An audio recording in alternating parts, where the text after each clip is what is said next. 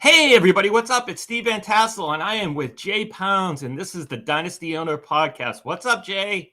Hey Steve, how you doing today? Doing good, man. Doing good. We have barely over a week until the NFL season starts. Are you ready for some football? Oh, I can't wait to actually watch some real football. We got a little taste of it this past weekend, seeing some starters out there and things like that. But man, I can't wait to till the season actually kicks off. It's on September 8th, right? Yeah, Thursday. The Yeah, Rams, the Rams and the Rams Bills. and the So Bills. Yeah. Oh, I can't wait. That's gonna be a good game too. Hopefully Stafford's elbow is all right for that one. But yeah, I'm very excited. I think that dude's played through more than an elbow Yeah. injury. I mean, I can't imagine that that's going to hurt him at all. I mean, I think he Yeah. played. I think he played for Detroit for 12 years with an injury every game. So Yeah, he's like the modern day Brett Favre.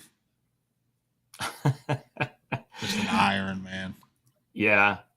No, you know what makes me think of it because I saw a thing on Twitter the other day. Remember when Brian Leftwich was playing for Marshall and he was so hurt that he could drop back, but he couldn't like run up. So they were doing the hurry up offense, and his lineman would pick him up between Yeah, plays and carry like him. carry him. I saw a Yeah, picture of something somewhere, like if one of the linemen about like pancaking somebody, and that's all I could think of was like when he would like when they literally were picking up and carrying him.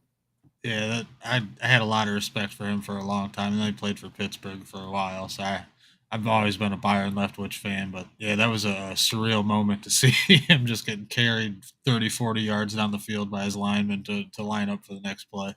I know. That's incredible. I guess it helped that they must have done shotgun. I can't remember. I'm assuming they did Yeah, all shotgun because otherwise he would have had to just be at the line of scrimmage. So yeah. anyway, so that wasn't the topic today. That our top. We've got other more exciting topics than talking about Byron Leftwich, but this is the Dynasty Owner Podcast. Jay and I just kind of rambled at the beginning, but if you're tuning in, hopefully you're interested in Dynasty Owner fantasy football. And so if you're not familiar with what Dynasty Owner is, we are Dynasty Fantasy Football, but with real NFL salaries and real NFL contracts. So if you draft Jonathan Taylor, if he's your first round pick, you get him for 2 more years at just under $2 million. His contract's like $1.96 million, I think, somewhere in that range. So you get him and you get that salary on your team, and you have a salary cap, which is $145 million. But then 2 years from now, when the Colts try to re-sign Taylor, or if he signs with another team, if he gets a 5-year, $16 million a year contract, that's what you have Jonathan Taylor at. So like a normal dynasty league doesn't matter. Like you just keep the guy. If he switches teams, switches positions, gets a new contract, whatever, you just keep him. It doesn't affect you much at all. But in Dynasty Owner, it does. So we have to play with the real salary. So like we like to say, it's like as close as you can get to being a real NFL GM without working for one of the 32 NFL teams, right, Jay? Yeah, oh yeah, definitely. Here I like I said a lot at the expo. Imagine having Justin Jefferson here in 2 years when he's going to get over 30 million a year. And if you're a team that's right up against the cap, you have some really tough decisions to make on who you're obviously not going to drop Justin Jefferson, but now you're going to have to drop somebody like maybe Brandon Cooks or somebody like that really helps out your roster, and it just like Steve said, it gives you a realistic GM feel, and it's a lot of fun. Yeah, I mean, think about Victor, our second chase for the ring champion. He does a podcast. Victor does a podcast with Jeff, last year's champion, and Eddie, our first champion. But Victor's team, I remember this clearly. He had Patrick Mahomes, but his salary before it went to 45 million, it was 4.1 million. He had Travis Kelce, and his salary was, I forget what it was, but then he got the $14 million. And he had Tyreek Hill, and I think Tyreek Hill's salary at that point was like $1 million or something. And then all those guys got paid, and Victor's like, well, I can't keep all three of them, even though I love all three of them, and they won me a title because I'd have no money left to pay the other 22 players on my roster.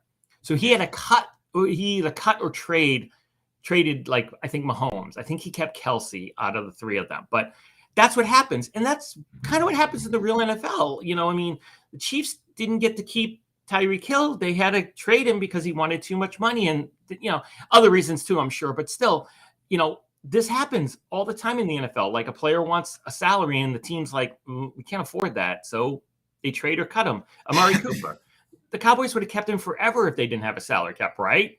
They had no real reason to trade him other than the fact that they had other players to pay. And Jerry Jones would have paid, he'd have salaries of like $500 billion if he could to win a Super Bowl, right? But he can't. He has a salary cap. Same thing a dynasty owner. Yeah. So if you think you're up to the challenge, go to www.dynastyowner.com, follow Dynasty Owner at on Twitter at Dynasty_owner. And we've got leagues available all Labor Day weekend. There's leagues drafting. And they're looking for people, looking for spots. So if you're just by yourself and you want to join a league, you can join a league at a good time, whatever time works for you. We have leagues on Friday. I know we have Friday, Saturday, Sunday. I'm sure we have some Monday leagues too. And we have them at all of our price points. It costs $39 for a team unless you have a promo code, which we'll talk about later. And then you can join a For the Love of the Game League, which is no additional cost. You win. If you win, you win Dynasty dollars, which you can use to buy players and bid on players off the free agent auction and pay for dropping players. There's $50 cash leagues, which, when there's 12 teams in Dynasty Owner, it's $600 and the winner gets $300. And there's no rake. Pardon me, everyone. There's no rake. It's not like that. It's not like DraftKings where you lose like 10%, and it's not like some of the other ones where you lose, like they pay out, 80% of what you put in. You get 100%. We pay out 100% because it's not us. It's another company, team stake that you pay, and then they keep the money and then they pay it out. So if you do a $50 cash league and you have 12 teams in your league, you'll win $300 if you win that. There's a $100 cash prize pool league, which is $1,200 total. So if you win that league, you get $600. And then you get Dynasty dollars as well. So then you can improve your team and all sorts of good stuff. And then there's side bets too. You can do side bets if you want. Like if you're friends with somebody or somebody's trash talking you too much and you like, I'm going to beat this guy. You could bet 5 million Dynasty dollars on the side and take $5 million of that person's money if you want. So lots of fun things to do. You know what we need to do, Jay, for the podcast listener league that we have? We need to do some side bets. Yeah, definitely. We need to promote some side bets and see if people want to do it. And so they don't have to be big. They can be like $1 million or $2 million Dynasty dollars. It's like $1 or $2, but just to kind of promote that and to kind of do that. And, if somebody thinks they can beat you or I, hey, we'll throw a side bet in. Yeah, we definitely. That's a really cool feature of Dynasty Owner. Not many, if any, platforms really have something like that instilled into them, and definitely something we need to promote and do a little more of. I like the idea. Exactly, yeah. But don't do what I did the first time I did a side bet, which was make it too early, because when you do the side bets, it locks everything at that point. So you can't do much. You have to keep the team because you place the bet at the time, and you can do point spreads and things like that. So, if you set your lineup on Wednesday and then you do a side bet and it gets accepted, I don't think you can make changes. I don't think you can pick up guys. I forget the exact rules. I should have figured that out before I talked about it. But anyway, but you're kind of locked in a little bit. So do the side bets later in case you're worried about things. Because what'll happen is if the line changes because you're favored by more or less based on injuries and things, like you already locked that in, so can't do anything. All right, what else? So, if you're watching us on the live stream on YouTube, thank you very much. You can see on the screen that my Twitter is I'm Steve Van Tassel at StevieT33. Jay is at JPoundsNFL. Yep. If you're watching us on YouTube, you can see that on the screen. It's small, but you can still see it. If you're listening to us on the podcast, thank you. If you've recently subscribed to the podcast because you entered the contest that we have, thank you. Hope you're enjoying this. We'll get into the content in a little bit, but we've got to talk about that contest. I mean, it is literally so if you're online, it's literally you join a contest. You give them your email and your name and email, and you get an entry into a contest for a signed Justin Jefferson jersey. No cost. Don't have to give anything, pay anything. Just go to www.dynastyowner.com/contest. And if you really want that jersey, you can follow Dynasty Owner on Twitter at Dynasty_owner and get another entry. You can follow our YouTube page, which will give you 2 entries. You can follow the podcast here with Jay and I for 3 more entries. And you can get 3 more entries if you follow the Dynasty Owner Champions podcast, where the 3 Chase for the Ring champions, Jeff, Victor, and Eddie, talk about Dynasty Owner and talk about probably how they put their teams together. I mean, all 3 of them, and I can say guys because they're all guys, all 3 guys have won the Chase for the Ring, which meant that they won their league in Dynasty Owner. And then on top of that, they had the most points of any league winner. And they got a ring, like a Super Bowl style ruby encrusted ring. If you're on YouTube, check out the video that shows Jeff getting his ring. It's really cool. The ring's awesome. I held it. It's very heavy. When Jay and I were at the Fantasy Expo, it was very heavy. They're monstrous rings. Definitely feels like a Super Bowl style ring, and it's as big as the Super Bowl rings. You've seen them in the Hall of Fame. I've seen them in the Hall of Fame. It's every bit as big as one, but obviously not quite as expensive. But it's a very expensive ring. It is. I think I remember how much Paul said the first one was, but I can't quote that amount. But it's pretty high. It's a lot. Yeah. Like you don't just order a dozen of them to hand out to random people on the street. Like, it's only one per year. So, so we got that. And the last thing we're going to talk about is the Friends promo, which is if you have a friend who wants to join Dynasty Owner, give them your referral link. And if they join, they'll get $10 off and you'll get $10. And if you got a lot of friends who want to play Dynasty Owner, if you get 10 people to join, you get a free team for life. So you get a Dynasty Owner team. You don't have to pay the franchise fee every year. It's free. You still have to pay the stake to get in the cash prize pool leagues, but you don't have to pay that anymore. And if you just refer a bunch of people, if you're not sure if they're interested or not, and they check it out, you can do a referral and you get $1 million Dynasty dollars for every email address of your friends who you give. So great deals. Use that to get a referral, get $10 off a league, join a league for $10 less. It's well worth it. I mean, especially if you have a friend who wants to play, right? Yeah.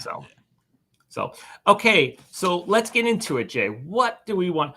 You had an idea. I'll let you do this because this is your idea about what we want to talk about today. So what are we gonna chat about? So what we're gonna do is we're gonna look at the ADP that has happened so far on Dynasty Owner. It's updated to the day or minute, something like that. So this is very, very current ADP, and we're gonna take our favorite player out of each round. Picks 1 through 12's first round. Obviously, Steve and I will each pick a player out of that round. Maybe it's the same player, maybe it's not, and we'll just go through probably 12 rounds and give you guys our favorite picks out of each round. Yeah, I already know one round that my pick is definitely going to be Jay's pick. There's no doubt we got the same pick in that round. I would bet $10 million Dynasty dollars on it. I'd bet $100 million Dynasty dollars on that we have the same pick in that round. So I think I know which round it is, but we'll see. We'll see. All right, so you want to start? It's your idea. Let me let you start. You can be. Yeah, I'll go first. So in the first round, my favorite pick is Jamar Chase. Just tremendous value. You're getting them for 3 more years, tied to Joe Burrow. They absolutely tore it up last year. The sky is really the limit for these two. They played in college together. It's their best friends. It seems like. I'm sure they are at this point. But I just expect massive things out of this kid over the next 2 to 3 years, and you're getting them at like $7 million. I thought about going Justin Jefferson or Najee, but I had to go with Jamar Chase here. I just feel like the upside is way higher than what we seen last year. If in his rookie year he can come out and put up those type of numbers. Yeah, and his ADP is 5, and he's the 5th player off the board. Sometimes the ADP can be different than your ranking off the board, right? So, yeah, but his happens to be 5 and his 5th off the board. Okay, that's a good choice. That wasn't my choice, but close. My favorite one is Javonte Williams. His ADP is 8. He's the 7th player off the board when you rank it by ADP. And I just like that a lot. I got him in 10th in the draft, which I was stunned at. Very pleased with that. I mean, I know they signed Melvin Gordon and everything, but I mean, Javonte Williams, his $2.2 million, You get 3 years left on that contract, which the extra year, I mean, it's the same as Chase, and he's less than Najee Harris. Not that he's better than Najee Harris, but for the savings of $1 million, basically, might in a couple of years, you might be getting the production of Najee Harris for $1 million discount, and $1 million kind of can go a long way in Dynasty. That's a dart throw rookie free agent pickup that maybe hits, and suddenly you have a great player on your hands. I mean, think about like players who are $1 million right now. Like Deontay Johnson is barely over $1 million right now on Dynasty Owner. Yeah. You could have him. You could have Elijah Mitchell for $900,000. So Terry McLaurin. Yeah, exactly. Look at Dynasty Owner and see all those guys who are like $1 million or less, and that's the Javonte Williams extra. And Najee, you have to have like a top 3 or 4 pick to get. Whereas Javonte Williams, you can have I got him at 10. I'm not saying you're getting him at 10 in any other leagues, but I luckily did. So if you have a later first round pick, I like Javonte Williams. Anything 7 or deeper, he's my guy, I think. Yeah, as far as talent goes, outside of Jonathan Taylor, I feel like Javonte Williams is the most talented running back in the first round. I just am a little worried about how he's going to be used in Denver with Russell Wilson coming in there, then bringing Melvin Gordon back. If they use him right, he has the potential to be the running back one. It's going to be tough to overcome Jonathan Taylor if Derrick Henry stays healthy, somebody like that. But he has the potential. He can catch the ball out of the backfield. He's an absolute monster when he runs the ball. He runs people over like it's his job. It is his job, but it is his job.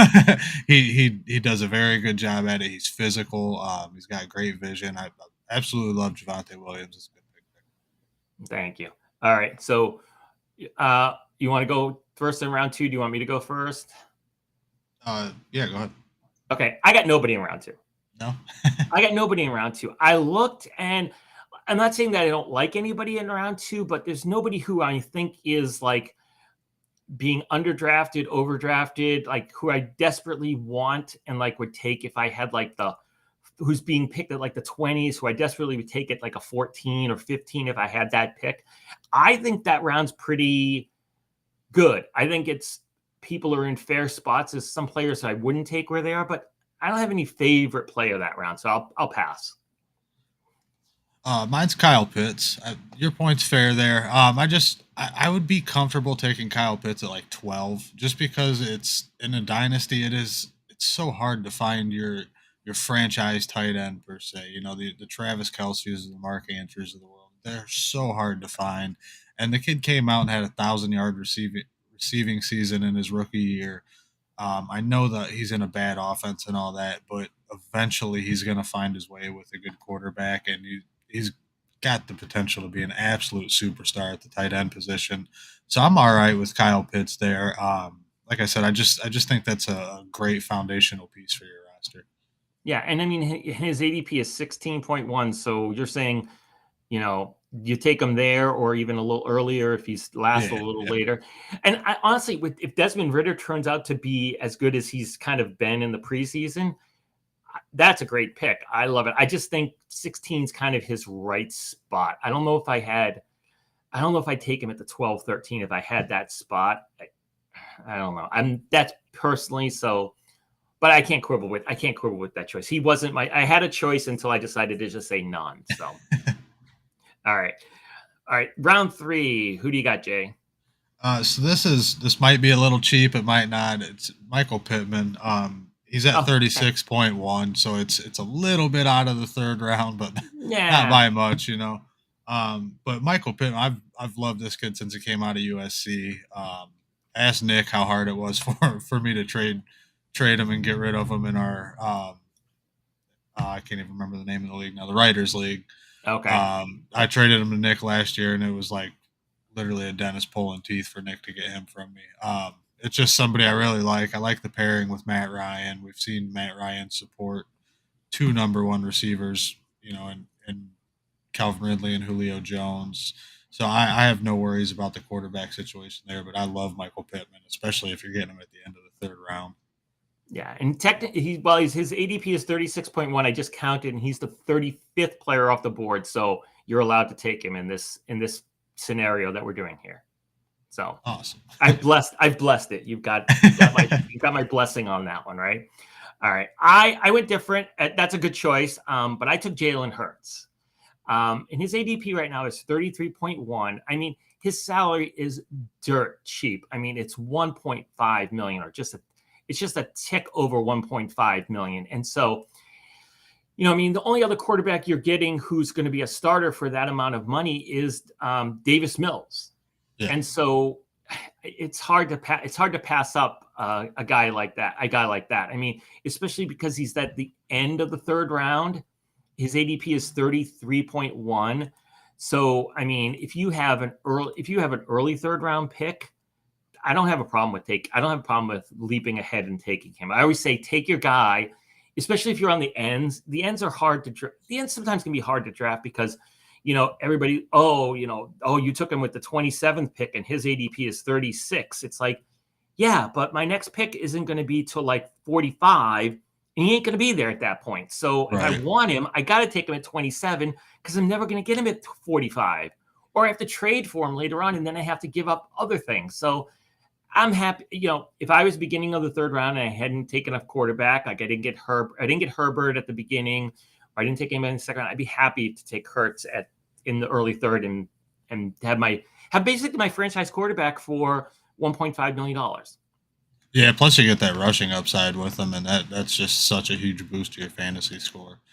Yep. I like that pick a lot. I just the accuracy worries. I feel like he's kind of on a short leash in Philly. That may not even be true. I don't know. It just seems what it feels like to me. But other than that, yeah, Jalen Hurts is an absolute stud. I have two quarterbacks a little later. That's kind of the main reason I didn't consider him here. But I like Michael Pittman a little bit more as well. Okay. Yeah, actually, I don't think I have another my list is quarterback free other than Jalen Hurts, honestly. So, okay, well, we'll see who yours is. Okay, so round 4, and this is not shouldn't be a shocker if you've read anything or listened to me at all. It's James Conner. I mean, his ADP is 38.8, so he's slipping into the beginning of the 4th round.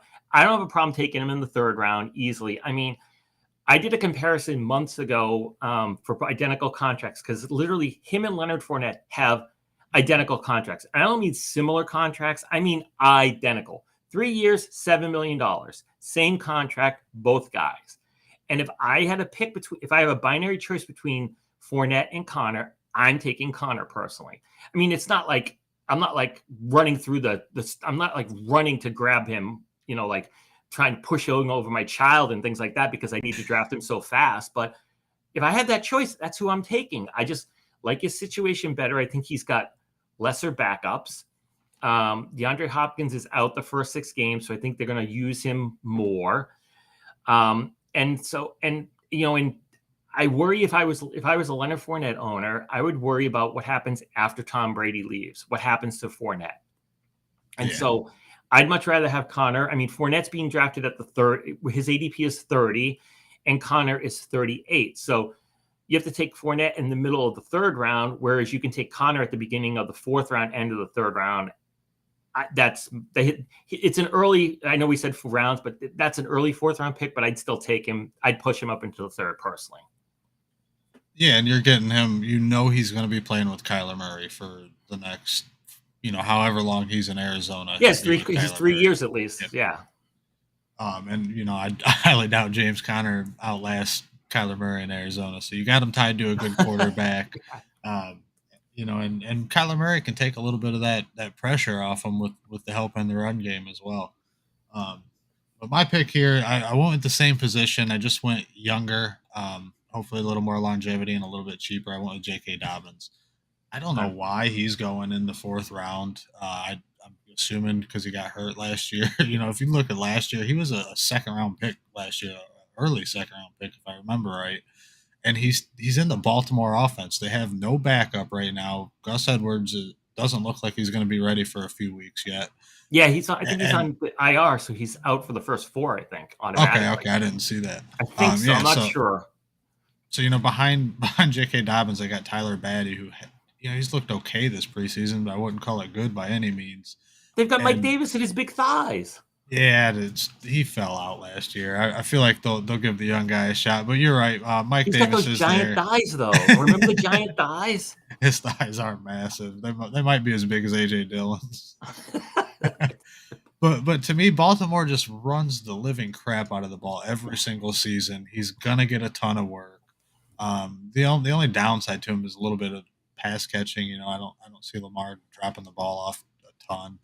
But outside of that, man, J.K. Donovan should be a stud this year. Okay. Good. It's funny. Good pick. I'm in another league, and I had like 3 or 4 people desperately trying to get Dobbins from me. I didn't end up taking any of the offers, but I don't think I have him in any other league, and he was a hot commodity. Like, I had people like actively trying to get me to trade him. Yeah. Actively. So I don't think you're the only one on the Dobbins train this year. So, all right. Well, also, I had a bonus pick in this round, by the way, because I had Connor so early. My bonus pick was Deontay Johnson, who's at the end, and I really like him because I just think he's a PPR machine. I just think, especially because Dynasty owner is a PPR, which is good. I mean, if your league's a standard league, I would not have Deontay Johnson up there as high because he's like, as far as he's likely to catch 8 passes for 62 yards. Yeah. In a standard league, that's 6 points, and in a Dynasty, in a PPR league, that's 14 points. It's a massive difference, right? Yeah. So, but because the Dynasty owner is a PPR, I like guys like Deontay Johnson who catch a bunch of 4-yard passes. Yeah, and the Steelers use that short little passing game almost as an extension of the run game to kind of open things up. So that's just Deontay Johnson's territory. George Pickens and Claypool are kind of bigger receivers, outside receivers. So I expect Deontay Johnson to get fed this season. Yeah, exactly. And especially, Ben, as we know, couldn't really throw last year. That was obvious, painfully obvious. But Trubisky and Pickett, I see them more like, I see the offense checking down a lot with them, right? I don't think they're going to be like, oh, Mitch, you can make any throw you want the whole game. Go for it. I think they're going to be like, no, Mitch, hit Deontay for the 3-yarder here. No, Mitch, hit Deontay for the 5-yarder here. Please let him get the first down. You don't need to pass it to the first down marker. Right. Yeah, you'll see a few big plays for Claypool and Pickens here, but you're 100% right. Deontay Johnson is going to get a ton of work in the short and intermediate range. Yeah, and the other part I like for him, going back to Dynasty owner with the salaries, is his salary is $1.07 million this year, but he has an extension for next year. But his extension is $18 million, which I know you go, oh, $18 million, that's a lot of money. Well, I can name you like 10 players who have higher contracts. You've got Devontae Adams, you've got Keenan Allen, you've got Mike Williams, you had Julio Jones. You've got Tyreek Hill is going to get that contract next year. Michael Thomas, exactly. Christian Kirk and Kevin Galladay. I think Deontay's is a little higher than those guys, but still. But those are a lot of, think of other guys who signed this year. Deebo Samuel next year is going to get 23, almost 24. Same with DK Metcalf.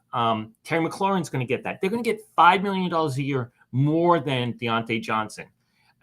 Are they worth? I think they're about the same, maybe a little less. So I love that discount for Deontay. I know it's only 2 more years, but you can have him for 3 years in Dynasty owner, which is honestly a long time in Dynasty owner. Like, to know your guy's salary for 3 years to come and kind of be happy with it. Yeah, that's why I like Michael Gallup so much. He's just locked into such a long deal. Yeah, Michael Gallup, 5 years, $11.5 million.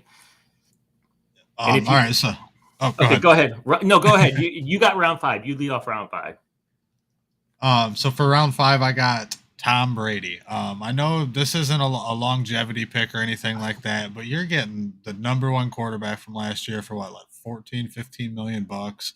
15, yeah. $15 million.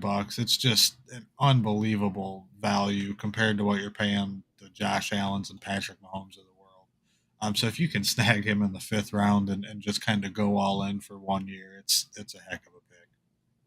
Yeah. I don't have the GOAT there. Actually, we just discussed the guy I have actually and his gigantic thighs. It's AJ Dillon. He's another beginning of the fourth round guy, 49.4. And I mean, they're talking about him and Aaron Jones being a 1A. Okay. Well, in Dynasty Owner, Aaron Jones's ADP is 38.5. And if you go down, AJ Dillon's ADP is 49.4. So you can get AJ Dillon basically a round later. Jones's contract is $12 million and AJ Dillon is $1.32 million. So if they're 1A and 1A, I know people are speculating that Jones is going to catch more passes.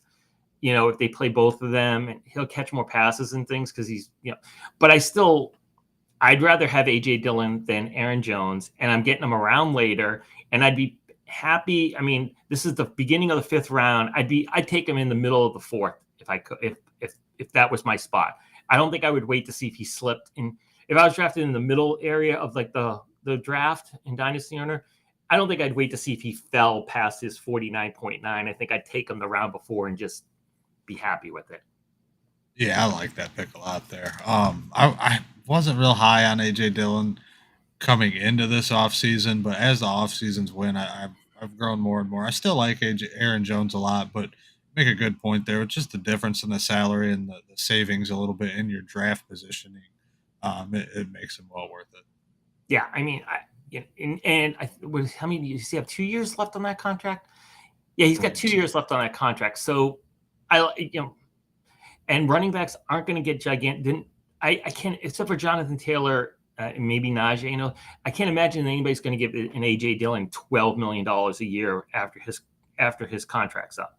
Right, outside of him blowing up over the next 2 years and rushing for 1,400 yards or something, then maybe. But outside of that, yeah, he's going to get 7-8 million probably. Exactly, and then I'd much rather have him at 7 or 8 million than Aaron Jones at 12 million. Yeah. Even if it is on a new team, I still think and that's why I think the running back values are going. I mean, there was that big spat of teams that signed, Henry, Kamara, Dalvin Cook, Nick Chubb, Mixon, Jones, all 12 million and higher. And then this offseason, the biggest ones were Fournette and Connor at 7 million a year. And then I think it drops down to Cordarrelle Patterson, who got like 2 years, 11 million. So nobody got double digits per year on their salary. And I just think most of them are going to fall. Most of the new ones are going to fall in that range. And there's going to be the unicorn like Jonathan Taylor. Yeah. So 100%.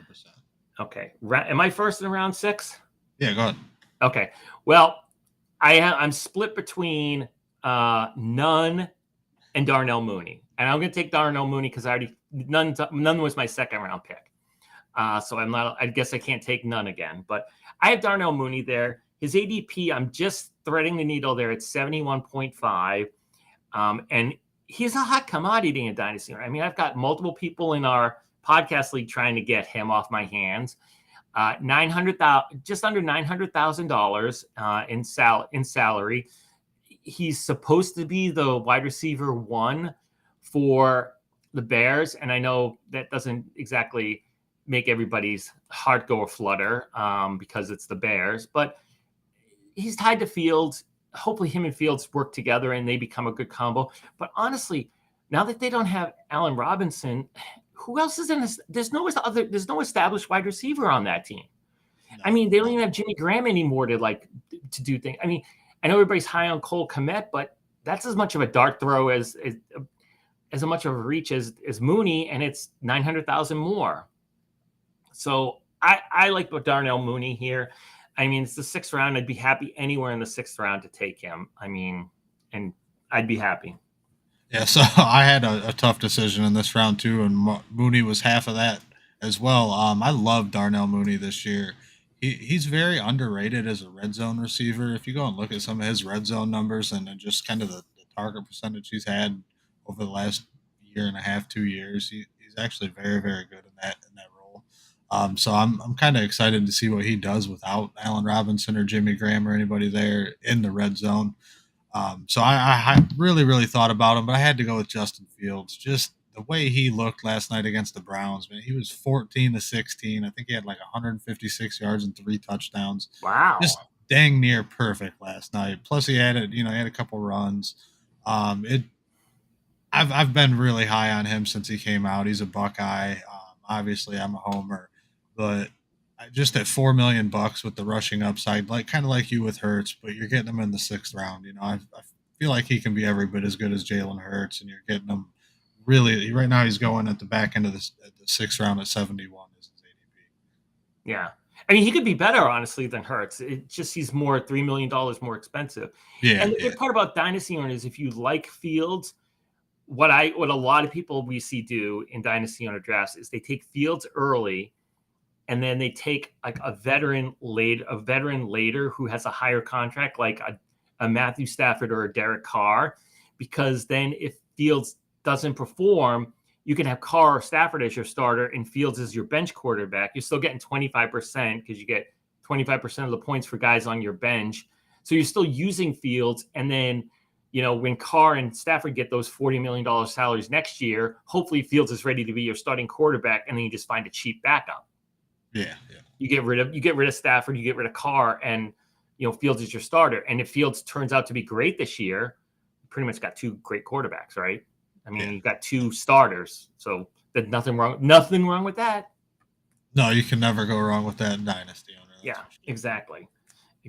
All right. Who you got for round 7? Round 7, I went with Cortland Sutton. Oh, okay. And a little bit of the reasons we talked about earlier, just the contract he has. He's in a 4-year contract at just $15 million. I think it's like 15.6 if I remember correctly. But he's tied to Russell Wilson now for the foreseeable future. So he's gonna play that DK Metcalf type role. I'm expecting big things out of him if he stays healthy. That contract should be a bargain relatively quickly. Yeah. Okay, he's 15.2 is his contract. 15.2. Yeah, actually, I'm not a big Cortland Sutton fan, and I actually had a discussion. One of our Twitter buddies, Tom, was on this thing, and somebody had to like choose one side or the other, and it was like Cortland Sutton and somebody, I can't remember who, versus like 2 other guys, Brandon Ayuk and somebody, I forget the exact ones, but he's like, which side do you choose? And Tom said the non-Sutton side, and the guy's like, why? And I'm like, because I know Cortland Sutton's got Russell Wilson and all that, but if you look at his stats last year when Jerry Jeudy played, he was getting 3 targets a game at best. So, I would be very worried. And I know, the quarterback stunk and stuff like that, but okay, fine. But why did he not get targeted more than 3 times a game? I mean, Drew Lock was still throwing the ball. It just wasn't to Cortland Sutton. So that's my concern with Cortland Sutton is that, and it's been kind of the same way. And everybody goes, oh, well, he had a great year in 2019. I know he's hurt in 2020. He can go back to his 2019 form. And my response to that was, who else wasn't on that 2019 team? Jerry Jeudy. But Jerry Jeudy didn't have that good of a year last year. It's not like he was just this dominant receiver. I mean, he put up some real stinkers last year. I know, but he got targeted more than Sutton did. So, somebody throwing it to him better than Sutton. So, yeah, I mean, I can't argue with it, but just with a whole new coaching staff, everything, new quarterback, just a lot has changed. And I just feel like Cortland Sutton fits that DK Metcalf role that Russell Wilson loves. And to be honest, I was a big Jerry Jeudy guy when he came out, and I'm real spotty on him now. I'm not sure that he is what we thought he was. I don't think he's a 1st-round talent. Okay, Dennis. Thank you, Dennis Green, for making an appearance today. I use that a lot, but it's just, I don't know. He hasn't came out and dominated. He's this excellent route runner, and we just haven't seen it. And that might have been the whole Drew Lock thing. But I'm expecting Jerry Jeudy to be Tyler Lockett and Cortland Sutton kind of to be DK Metcalf in this offense, and let Russell Wilson sling it out a little bit. Okay, well, we'll see who's right there. So, so when you go Denny Green on everybody, you pound the table and scream at them and say it twice. Just depends on who they thought they were. So it just depends on how passionate I am about what we're talking about. Okay, because Denny was very passionate in that when he said that. He was very passionate, as we all know. All right. Okay. Well, my round 7 guy is Ramondre Stevenson. his ADP is 81. I know everybody questions whether Belichick, which, if it's going to be him or Damian Harris. And I mean, they talked about trading Harris. I mean, I don't know if they'll do it now if Ty Montgomery's out. I haven't heard any word on if Montgomery's out, because supposedly he was the favorite for the third down back role. But I just think Ramondre, Harris, I don't know if the Patriots are going to re-sign Harris. Even if he plays this year for them, I don't know if they're going to re-sign him. And then that means you got Ramondre, and you've got Ramondre for he's got 3 more years on his contract, which is barely over $1 million. I'm trying to recall here right now exactly what it is. But yeah, his contract is 1.06 million a year, and you get 3 more years out of that. So he could have the best dynasty dollar per point value for running backs in the next 2 years at that salary. I mean, the competition is pretty much him and Elijah Mitchell. I mean, just dynasty dollars per point is basically a metric we use, which is like take the salary divided by the points and then see what it is. So like for that metric, with Jonathan Taylor at 1.95 million and Ramondre at 1.06 million, Taylor has to almost score twice as many points to have a better value than Ramondre does. Right. So while I think Jonathan Taylor will outscore Ramondre, I don't think he's going to double him. So, and in the future, I think Ramondre will continue to improve. So it's a little bit of a this year. I think he'll be good in a couple of years. That's going to be a ridiculous value. Yeah, and I kind of see him forming into that James White type role this year, and then kind of getting better after that. I definitely like the talent a lot. My main concern there is just how bad the offense looks so far. Yeah, we'll see. We'll see once real football starts rolling around. But I do like the talent of Ramondre Stevenson. When you're getting them this late, you can't really beat it. Yeah. Yep. All right. So you're first in the even round. No, wait a minute. I'm first in the even round, so I get to go for round 8. Okay. I've got my round 8 guy as Dalton Schultz. Dallas tight end. He's on a franchise contract, which is $10.931 million. Him and Mike Gesicki, David Njoku had that contract, but then he signed. So I like that. I know it's only 1 year, but I do think that the Cowboys could just refranchise him next year. And so then you're still getting him for less than you'll have like Kittle and Andrews. It'll probably be closer to 14 million next year if he gets franchised again. So I like there. I will caveat that with if he signs some kind of contract with Dallas, like in the next couple of days before the season starts, and it's like 15 million a year, I don't like him that much at that ADP. At 15 million a year. It's really based on that contract, on the 1 year contract. Cause you can, like you kind of said with Tom Brady, you can play it for a year, see what happens. If he prices himself out of your market or off your team, no harm done. I mean, you maybe drafted him in the 8th round. Not that I want to lose players picked that high after 1 year, but if he won me a league or did pretty well and I got like second place and I made my money back and stuff, I'd be okay with it. And I had to get rid of him. I'd be okay with that. It's a decision you have to make in Dynasty Owner. Yeah, this is a round I kind of didn't really care for. I put Sky Moore down just because he's tied to Patrick Mahomes, but he's got a lot of question marks about him. He's looked good in special teams so far in preseason, but I just don't see him having a huge role with Juju Smith-Schuster and MVS and Nicole Hardman and Kelsey and all them guys still there. But that's who I went with this round. Don't necessarily love it. But, yeah. Okay. Well, you had to pick. I mean, we all had to pick one, right? So, yeah. Okay. You get to go first in round 9. So, yeah, I'm assuming this is the one we're going to pick the same guy. And I got George Pickens here. Of course. Of course it was. He's been an absolute freak since he stepped onto the field for the Steelers. They've been so good at identifying these second round wide receivers or even late round receivers. You look at Antonio Brown as a 6th rounder. They've just been so good at identifying these future superstars at receivers.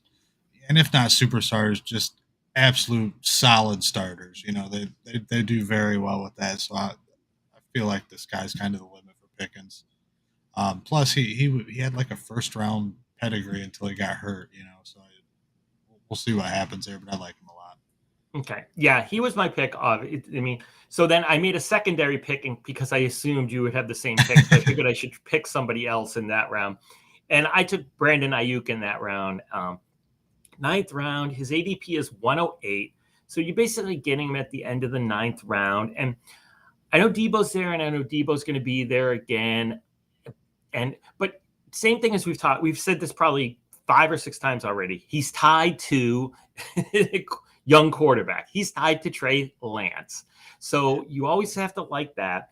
You get Ayuk's contract is I'm trying to remember the number right now, but it's I think it's like it's like 3 million, right? Somewhere in the low right. 3 million range, right? I'm looking at it. I'm trying to look for it right now, but it's really it's 3.1 million, and you get that for 2 more years. Now I know Debo's going to be there and running the ball, catching the ball. I assume they're going to do the same stuff with Debo this year as they did last year, even with Mike McDaniel being in Miami.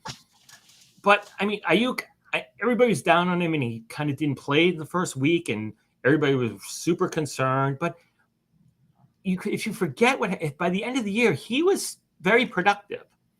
And so I think some people's opinions of him are tainted by that rough beginning of the year. So, unless he's done something to cheese off Kyle Shanahan again that we're not aware of, like we weren't aware of last year, I'd be happy with taking Ayuk at the end of the ninth round. I'd be happy taking him in the middle of the ninth round if I had that pick. I just don't think if I was in the middle of the 10th, he's going to fall that far. So you got to kind of, because his ADP is 108, so it's end of 9. So get him there if you can. And if you look back at like the last 3 or 4 game stretch he had in his rookie season, it was absolutely dominant. If they use Debo Samuel kind of in that more hybrid role, I could realistically see Brandon Ayuk being their number 1 receiver outside. And once Trey Lance starts to kind of get a feel for the NFL, that could be a really nice value. Yeah, I agree. I like that a lot. And so, so he's my second. He was my second pick. Pickens was my first, but Jay sniped me, so I didn't get to take that pick. But I get round 10 go first, and we'll see if I'm sniping Jay on this one. And my pick is Zach Ertz. So his ADP is 113.6. He has 10.55 million for 3 years, which is an affordable tight end contract if you think about it, because he's a little bit less than Dalton Schultz, who I had earlier. He's less than Andrews, Goddard. He's less than a lot of receivers, tight ends. And at least for the first 6 games of the season, he may be the focal point of that passing offense because of DeAndre Hopkins being out. So, and I don't mind. If I'm going to overdraft somebody, I'd rather overdraft somebody who might just put up huge numbers and at the beginning of the season. And if my team's terrible, then maybe I trade him for a premium and kind of rebuild or rejigger it for next year. And if my team does really well, that's okay. I don't mind. I never mind being 6-0. I can. Think about it. If he helps me go 5-1 or 6-0, and then Hopkins comes back and he's less of a focus of the offense, I can just pivot and do something different. Maybe he's not my tight end. Maybe he's my flex, or something like that. You have multitudes of options. But if somebody has the ability to help you go 4-2, 5-1, 6-0. I don't have a problem with taking him and overdrafting him for that. Yeah, and I had 2 players for this round. Zach Ertz was one of them. Okay. I know you're a pretty big Zach Ertz guy in this Arizona offense, so I went with Melvin. I went with Melvin Gordon. He's $2.5 million. You're going to get a lot of production out of him this year, probably next year. So it might not be in Denver, but he'll be around for another year, 2, 3 years producing. And he's just going to be cheap. He's going to be a $2-3 million running back, and that's going to be a solid bench player and bye week player. You're getting them pretty late, so I would rather have Zach Ertz here, but I got Melvin Gordon. Okay, that's fine. It's a sniping thing. It happens all the time, right? We're We're kind of used to this. I mean, how many times have you been in a draft and had this guy targeted for like a round or 2 rounds for that spot, and the person right before you takes them, and you're like, Yeah. and then you have like literally 3 minutes to decide on your next pick. Where like I could have made, if they didn't take that guy, I could have made that pick in 3 seconds. Yeah. So and then all of a sudden happens all the time. You're scrambling, you're flipping around, going, "What bye week does he have? Does he have the same bye week as my other tight end? Oh man, yes, oh man!" And then you're running around looking for a guy, and that's when you draft Curtis. That's when you draft the Curtis Samuels of the world, which I did in our podcast listeners league. I guarantee that Curtis Samuel pick for me was because everybody I was thinking of taking ahead of him went, and I panicked and wasn't prepared and grabbed Curtis Samuel, and like it's like the immediate regret pick, I think. So we'll see. If Curtis Samuel is a good year, I was a genius and I had it factored all along, but I'm not going for that. So, all right, round 11, your pick, Jay. So now that I'm looking at this one, we might have the same guy here. I wanted James Robinson. No, we do not. No? Okay. He was my second choice, though. I just love James Robinson. He's been so good for a couple of years he's been in the NFL. I know everybody's real high on ETN, but you're getting this guy in the 11th round. He's supposed to be back probably week 1, week 2, week 3, somewhere around then. And same with Melvin Gordon. The running back landscape is just so thin this year. Any type of production you can get there helps out. And if ETN isn't what the Jaguars hope, it's going to be the James Robinson show again. Yep. Yeah, I was thinking about him, but I took his brother from a different mother. I took Allen Robinson. Yep. So, lots of people, 15.5 million. I feel like he is like, I know he doesn't play the same position, but he's like this year's Matthew Stafford, right? He's played on crummy teams with crummy quarterbacks for years. And now he gets to go to the Rams, who just won a Super Bowl. And he has to be salivating at the chance to play in a good offense with a good quarterback and like a chance to win a title, right? Yeah. Honestly, it's Stafford 2.0. I feel like it's Stafford 2.0 here. And you look at what OBJ did when he came into that offense. He just fit in really well right away. Allen Robinson's had a whole training camp to fit in there. We've seen Cooper Kupp and somebody else get fed in the offense. It's entirely possible. It's probably going to happen. They run 3 wide receiver sets like 90% of the time. Only 90. So excellent pick there. He should have a huge year. Yeah, you got to think he goes to like, he wakes up in the morning and he goes, I get to go play with Matthew Stafford and not like Gardner Minshew or Lord knows who else my quarterback was a couple of years ago in Jacksonville, because I can't remember because he was so terrible, and he sells insurance now. You got to think that's what he's thinking when he, yeah. So I think that's I love that. I really like that pick. I know it's 15.5 million, but as we talked earlier with like Deontay Johnson, that's not so much in that when you start thinking about the landscape of wide receivers. Once you've got the guys off their rookie contract, the really, really good ones are making 20 plus. Yeah. So he's a discount. So, all right, round 2. Oh, I get to go first in round 12. All right, we'll see. I'm taking one of your long-term holds. Oh, it's the same guy. Yep. Okay. That's who I got too. Okay. I had a feeling it was actually. I took Malik Willis because, I wasn't keen on him as like a first-round pick because the salary is a lot and everything. But drop into the 3rd round, going to Tennessee. I know, like you've said in your articles, your rebuilding articles, he's a long-term hold. If you get any points from him this year, it's a bonus. I wouldn't want him as my second quarterback this year, my bench quarterback, because I don't think he's getting anything. And I'd rather have him as like a 3rd or even a 4th quarterback this year, because I think he could realistically sit on the bench the entire year, unless like he plays in garbage time. So, but the potential for 3 years after that at $1.45 million is just insane. So, and I feel like him with the same thing with Desmond Ridder. If they're available and you kind of want them, take them, because they both might turn out to be, the only quarterback you're gonna get for cheaper who starts is Davis Mills, and I think they're gonna be a lot better than Davis Mills, right?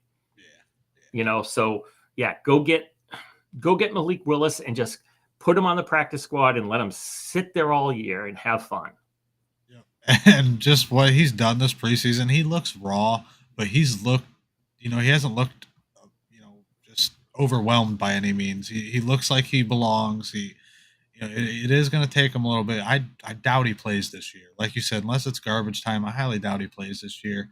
But if you want to see like just kind of what potential this kid has, go look at his touchdown pass to Treylon Burks. It looked like Patrick Mahomes throwing the ball. It was dang near an underhand throw. It was so sidearmed, and I it was saw just that one. right on the money. It was beautiful, a beautiful throw.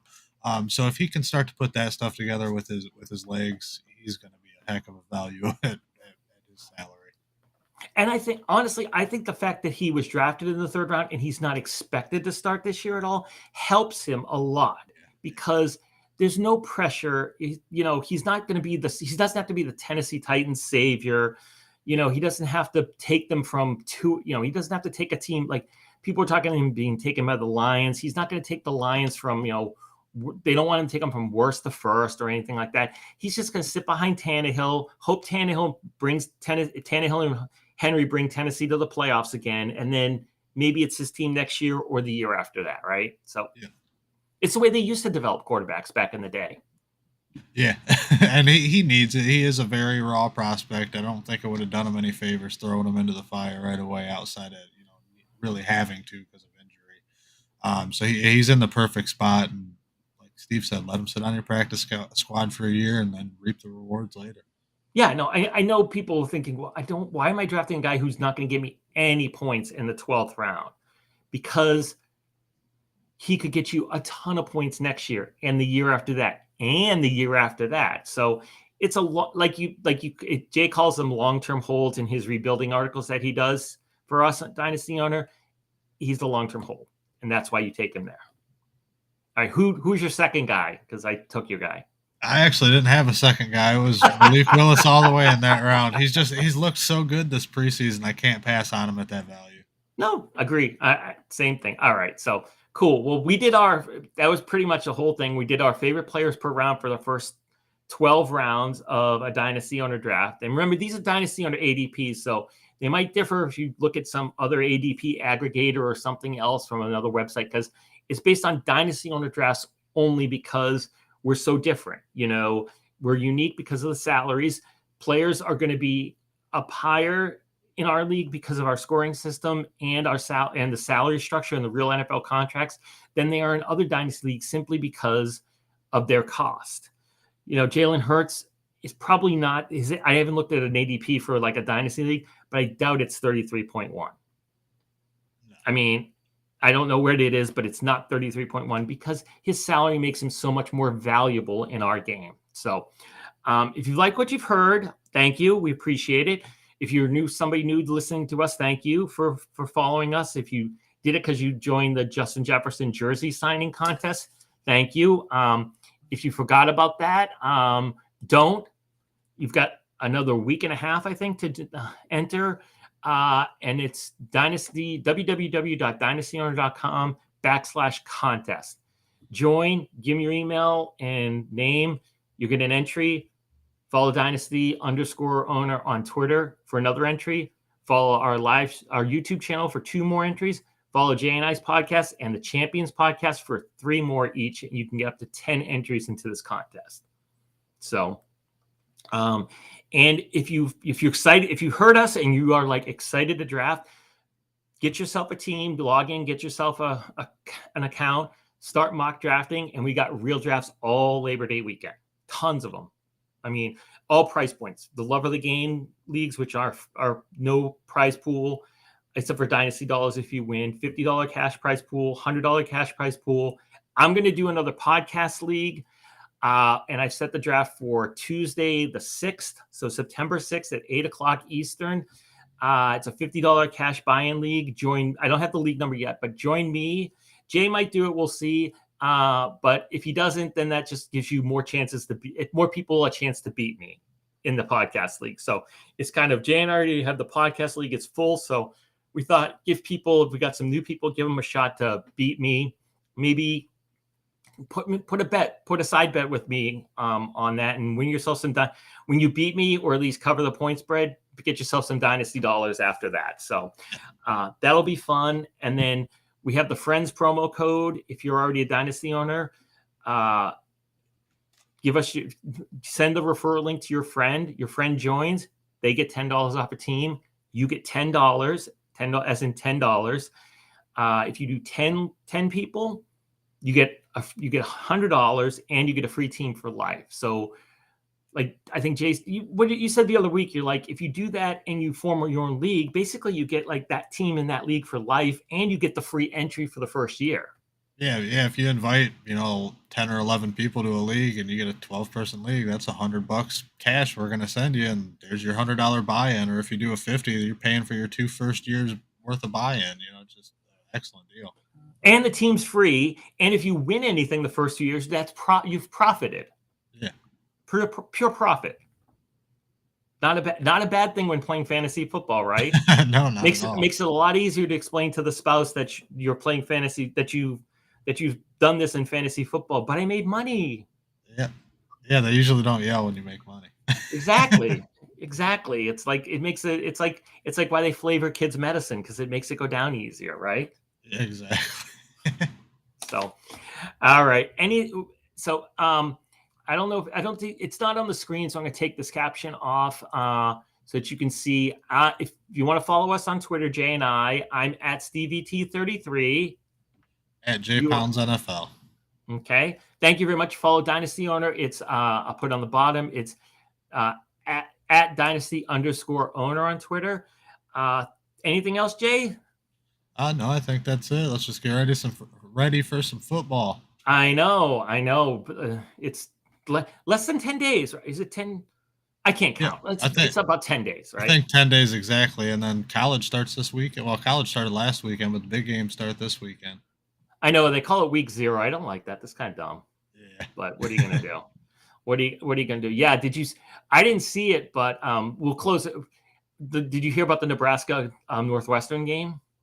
I seen it was in Dublin, and I seen something with an onside kick. I haven't watched the highlights or anything. Okay, I need to watch the highlights, but I have a friend.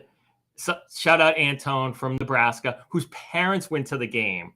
And did you hear that the internet kind of went at the stadium, so they started giving beer away for free because they couldn't collect payments because it's all internet based. So they started giving away free Guinness to people that's crazy. At the stadium. He said his parents said the lines were too long, so they didn't do it. I was like, that had to be a hell of a long line if I'm not getting myself free Guinness.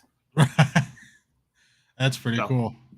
So anyways, but sorry, Nebraska, but sorry, Anton.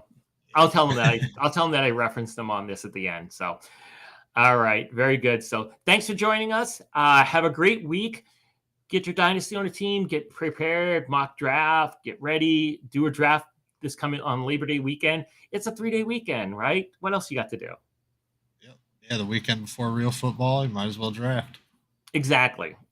Plenty of Dynasty on drafts. Fill up those drafts. They'll start more. Fill them up, everybody. Get a team. All right. That's it. Thanks a bunch. Have a good week, everyone. See ya.